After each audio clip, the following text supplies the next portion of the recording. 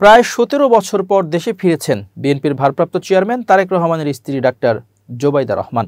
সঙ্গে ফিরেছে তার সরকারি চাকরিও।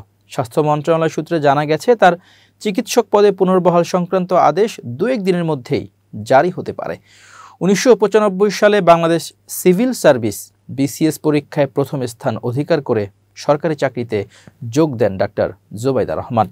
তিনি ঢাকা মেডিকেল কলেজ থেকে এমবিবিএস ডিগ্রি অর্জনের পর যুক্তরাজ্যের ইম্পেরিয়াল কলেজ থেকে মেডিসিনে স্নাতকোত্তর এমএসসি করেন। ২০০৮ সালে তিনি শিক্ষা ছুটিতে স্বামী তারেক রহমানের সঙ্গে যুক্তরাজ্যে যান, কিন্তু রাজনৈতিক পরিস্থিতির কারণে দেশে ফিরে আর কর্মস্থলে যোগ দিতে পারেননি।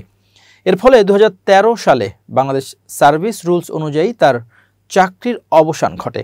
স্বাস্থ্য মন্ত্রণালয়ের অতিরিক্ত সচিব এ.কে.এম. ফজলুল হক জানান, ডাক্তার জোবাইদা রহমানের সরকারি চাকরি পুনর্বহালের প্রক্রিয়া চূড়ান্ত পর্যায়ে রয়েছে। স্বাস্থ্য মন্ত্রণালয় থেকে এই সংক্রান্ত প্রস্তাব প্রস্তুত করা হয়েছে।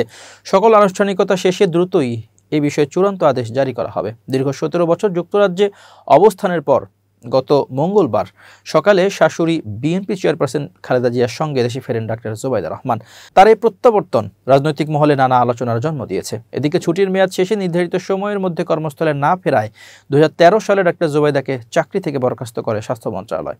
এখন তাকে পুনরায় সরকারি চাকরিতে ফিরিয়ে আনতে ওই বরখাস্ত আদেশ প্রত্যাহারের উদ্যোগ নেওয়া হয়েছে।